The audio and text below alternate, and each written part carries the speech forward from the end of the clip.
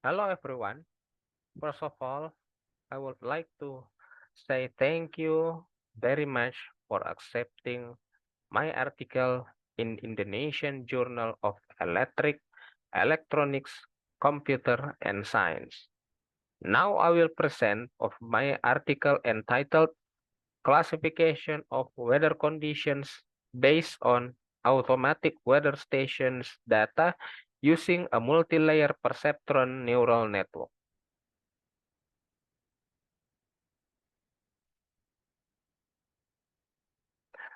Before I explain the main discussion of my article, I will first like to explain several things about the influence of weather on people's lives, especially in terms of economy and transportation.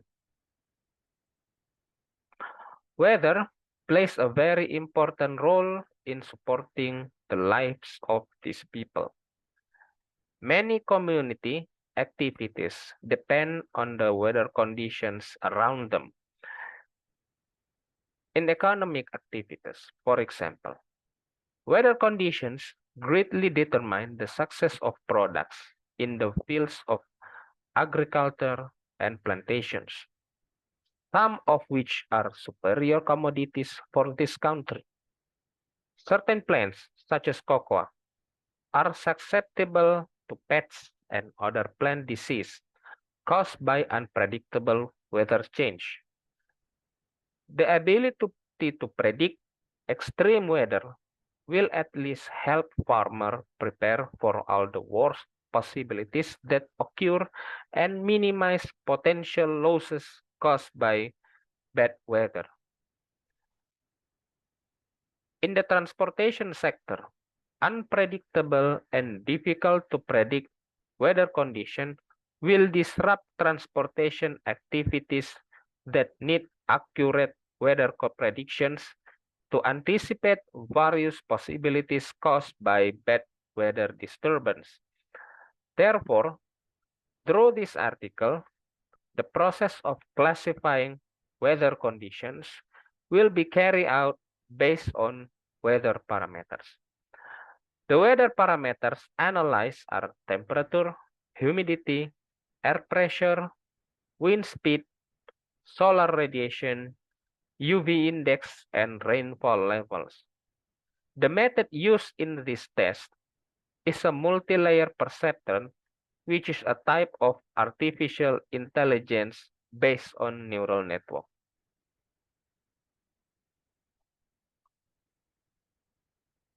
Next, we will discuss previous research related to weather classification. Research on the data classification process has been conducted for a long time, and various advanced techniques are currently being used that involve elements of artificial intelligence. The first is weather classification based on convolutional neural network. This research was conducted by Zhao and colleagues. In this study, they used a convolutional neural network algorithm to classify weather based on visual data from each weather condition, namely sunny, foggy, rainy, and snowy. Next is the article entitled Analysis of Multi-Class Weather Classification Using Deep Learning Models and Machine Learning Classifiers. The research conducted by Gould and colleagues focused on weather classification based on data in the form of weather displays and is processed using the VGG19 algorithm with an accuracy rate of 98.5%.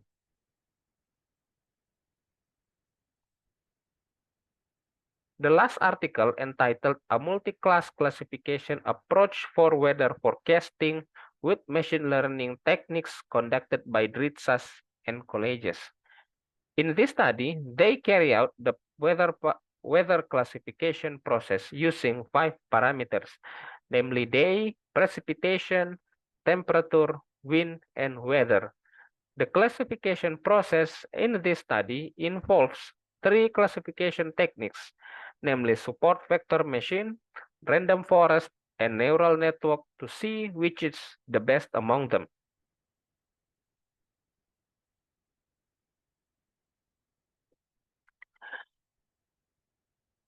Next, we will discuss the method used in this study, namely the multi-layer perceptron neural network. This algorithm is a multi-layer perceptron,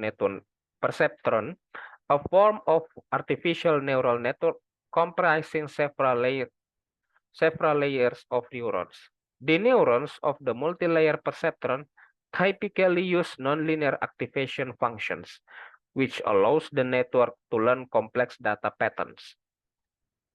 Multi-layer perceptron are important in machine learning because they can learn nonlinear correlation in data, resulting in effective models for classification, regression, and pattern recognition tasks. A multi-layer perceptron is a feed-forward neural network of full-length neurons that use a nonlinear activation function. It is commonly used to differentiate data that is not linearly separable. Multi-layer perceptron itself consists of three layers, namely input layer. The input layer is made up of nodes or neurons that receive initial input data. Input data. Each neuron represents a certain aspect or dimension of the input data. The number of neurons in the input layer is dependent on the input data's dimensionality. The input layer of a multi-layer perceptron accepts input data, which may be features taken from input samples in a dataset. Each neuron in the input layer represents a single feature, and they do not do any computations. Instead, they pass the input values to the neurons in the first hidden layer.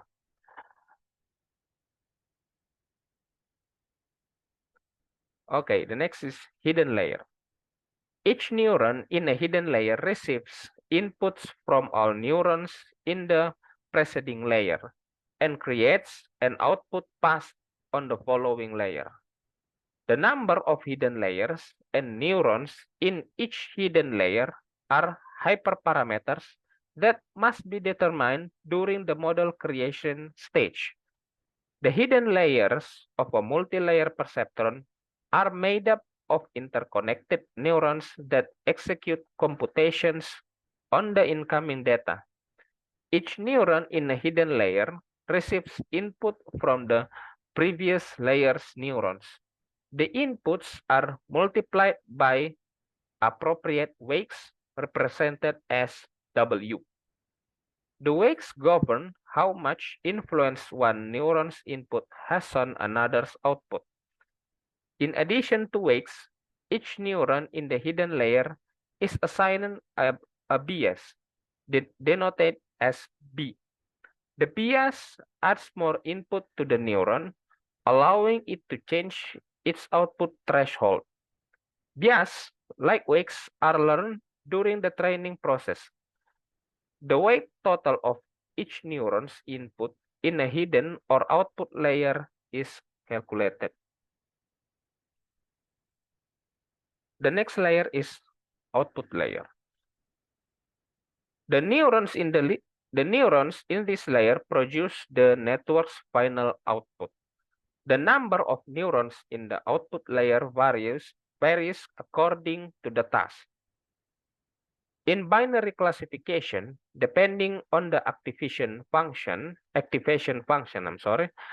there may be one or two neurons expressing the likelihood of belonging to one class. However, in multi-class classification tasks, the output layer may have several neurons. The output layer of a multi-layer perceptron generates the network's final predictions or output.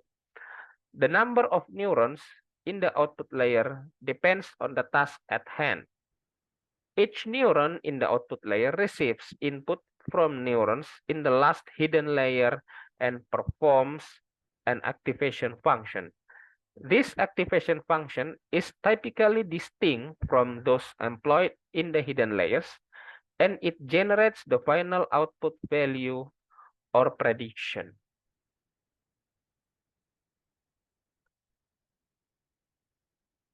Next, we move to the location where this research was conducted. This research itself was conducted in Palu City. Palu, the capital of Central Sulawesi Province, Indonesia, is located on the Palu Valley and Palu Bay Plains. The region has 5 dimensions: mountainous terrain, valleys, rivers, bays, and oceans. Palu City, like other regions in Indonesia, has 2 seasons, summer and rainy season. Summer lasts from April to September, and the rainy season runs from October to March. The maximum rainfall recorded at the Mutiara Palu Meteorological Station in 2010 was 123.0 millimeter in June, with the lowest being 11.7 millimeter in March. Meanwhile, in 2010, the average wind speed was 3.7 knots. Palu City's location on the equator also contributes significantly to the present microclimate.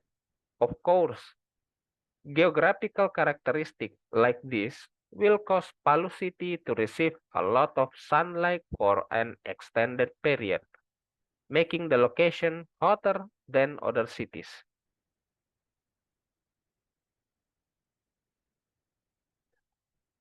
Next, we will discuss data collection. In this study, the parameters used are temperature, humidity, air pressure, wind speed, solar radiation, UV index, and rainfall level. All of these parameters can be used by an automatic weather station device, namely MISOL WS2320. Jiaxing Misol Electronics Corporation Limited make this product itself. Other researchers often use this device to detect weather parameters in an area and display them on the website page.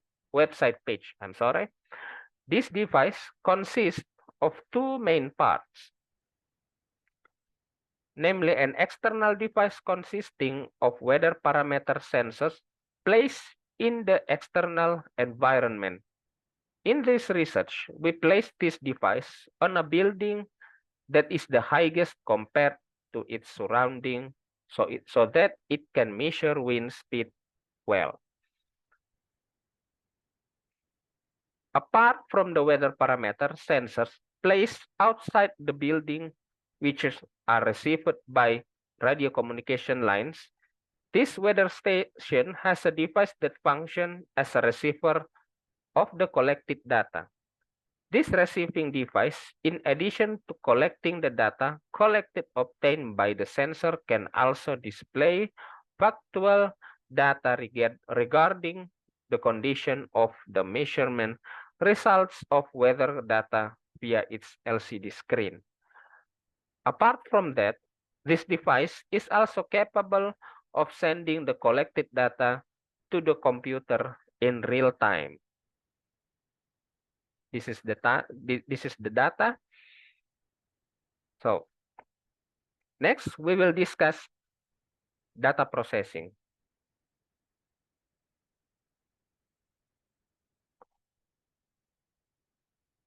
As mentioned earlier, data collection was carried out for 6 months. The weather parameter data that was successfully collected was 100,037 data divided into 11 classes based on each weather condition.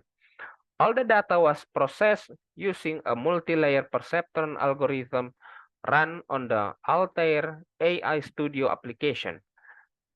Next, we will discuss the processing mechanism using the multi-layer perceptron algorithm on AI Studio.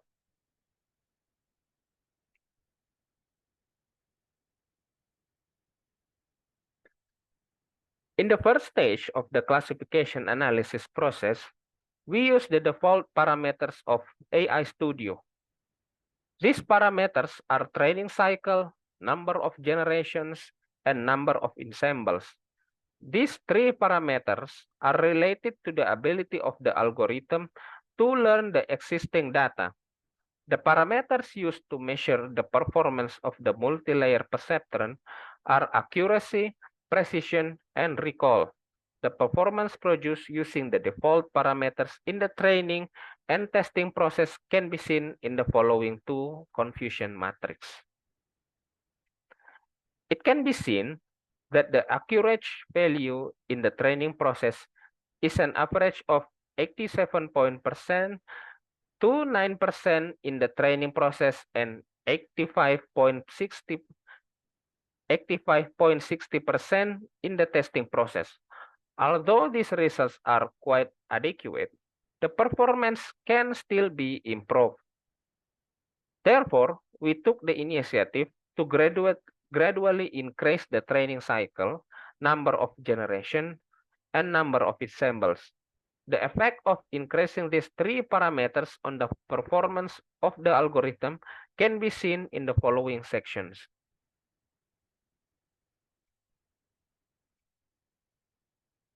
In this slide, we will see the effect of increasing the value of training cycle, number of generations, and number of ensembles on the overall performance of the algorithm.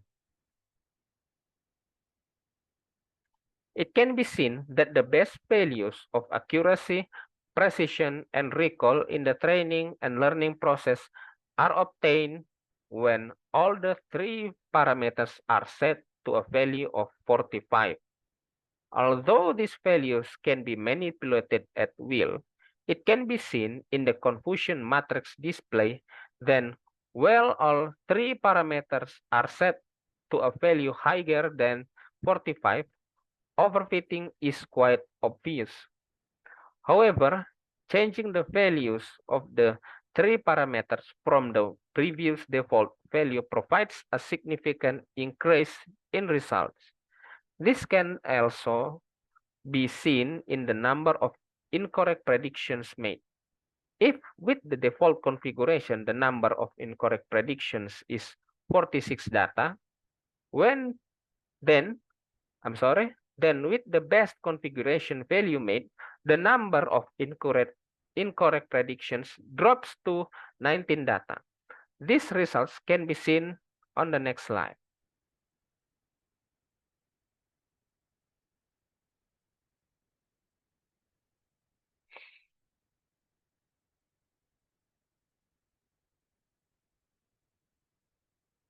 So, through the experiments conducted, we conclude that the multi-layer perceptron neural network algorithm can perform good weather classification analysis using various weather parameters.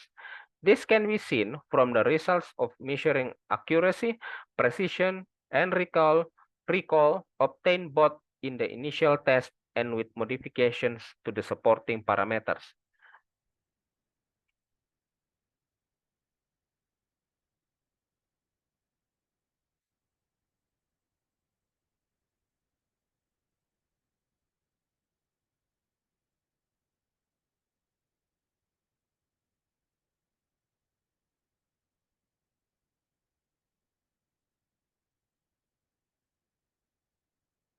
Increasing the learning ability of the multi-layer perceptron algorithm can improve the overall performance of the algorithm.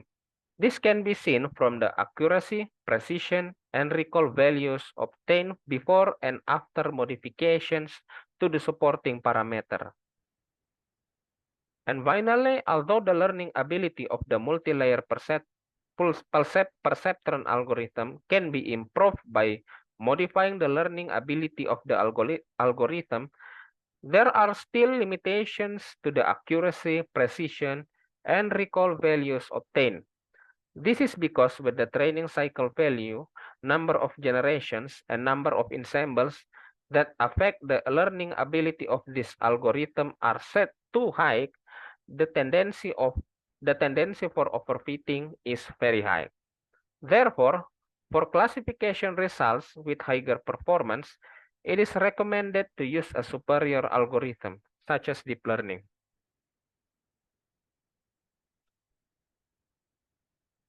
Okay, that's my presentation. I hope it will be of great benefit to listeners. Thank you.